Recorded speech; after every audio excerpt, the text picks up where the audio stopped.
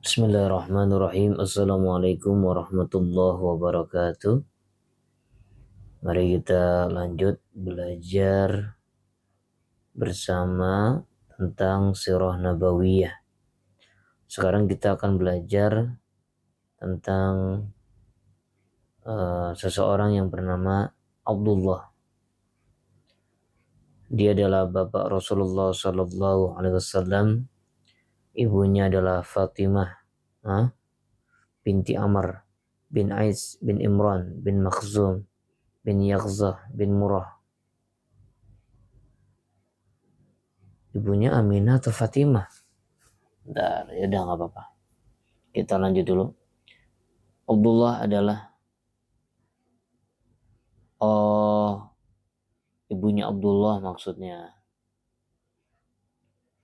Abdullah adalah anak Abdul Muthalib yang paling bagus dan paling dicintainya. Abdullah inilah yang mendapat undian untuk disembelih dan dikorbankan sesuai dengan nazar Abdul Muthalib. Ringkasannya, tatkala anak-anaknya sudah berjumlah 10 orang dan tahu bahwa dia tidak lagi mempunyai anak, maka dia memberitahukan nazar yang pernah diucapkannya kepada anak-anaknya. Ternyata mereka patuh. Kemudian dia menulis nama-nama mereka di anak panah untuk diundi, lalu diserahkan kepada patung Hubal. Setelah anak panah itu dikocok, keluarlah nama Abdullah. Maka Abdul Muthalib menuntun Abdullah sambil membawa parang, berjalan menuju Ka'bah untuk menyembelih anaknya itu. Namun orang-orang Quraisy mencegahnya, terutama paman-pamannya dari pihak ibu dari Bani Makhzum dan saudaranya Abu Thalib. Kalau begitu, apa yang harus dilakukan sehubungan nazarku ini? Tanya Abdul Muthalib kebingungan. Mereka mengusulkan untuk menemui seorang dukun perempuan. Maka dia pun menemui dukun itu. Sesampainya di tempat dukun itu, dia diperintahkan untuk mengundi Abdullah dengan 10 ekor unta.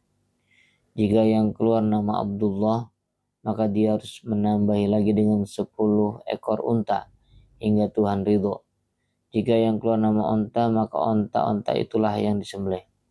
Maka dia keluar dari tempat dukun wanita itu dengan mengundi antara nama Abdullah.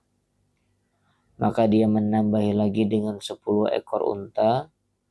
Setiap kali diadakan undian berikutnya, yang keluar adalah nama Abdullah, hingga jumlahnya mencapai 100 ekor unta. Baru setelah itu undian yang keluar adalah nama unta. Maka unta-unta itu pun disembelih sebagai pengganti Abdullah. Daging-daging unta tersebut dibiarkan begitu saja, tidak boleh dijamah manusia maupun binatang. Tebusan pembunuhan yang memang berlaku di kalangan Quraisy dan bangsa Arab adalah 10 ekor unta. Namun setelah kejadian ini, jumlahnya berubah menjadi 100 ekor unta yang juga diakui Islam.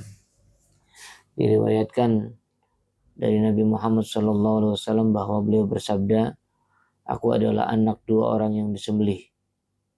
Maksudnya adalah Ismail dan Abdullah. Abdul Muthalib menikahkan anaknya Abdullah dengan Aminah binti Wahab bin Abdi Manaf bin Zuhra bin Kilab.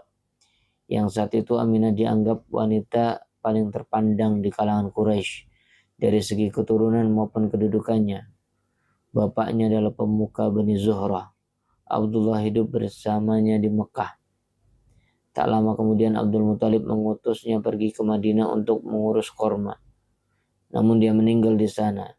Ada yang berpendapat Abdullah pergi ke Syam untuk berdagang, lalu bergabung dengan kafilah Quraisy. Lalu dia singgah di Madinah dalam keadaan sakit, lalu meninggal di sana dan dikuburkan di Darun Nabighah Al-Ja'di. Saat itu umurnya 25 tahun. Abdullah meninggal dunia sebelum Rasulullah SAW dilahirkan. Begitu pendapat mayoritas pakar sejarah. Ada pula yang berpendapat Abdullah meninggal dunia 2 bulan setelah Rasulullah lahir. Setelah kabar kematian tiba di Mekah, Aminah mengenakan pakaian-pakaian serba usang dan berkata dalam syair, seorang anak Hashim telah mati di sisi Baqta, menyaksikan lianglah di tempat yang jauh di sana. Banyak ajakan cita-cita hendak dipenuhi, tidak banyak yang ditinggalkan seperti anak Hashim ini. Mereka membawa tempat tidurnya di senja hari. Rekan-rekannya menampakkannya beramai-ramai. Cita-cita dan keraguannya kian melambung. Dia lelah. Dia telah banyak memberikan kasih sayang.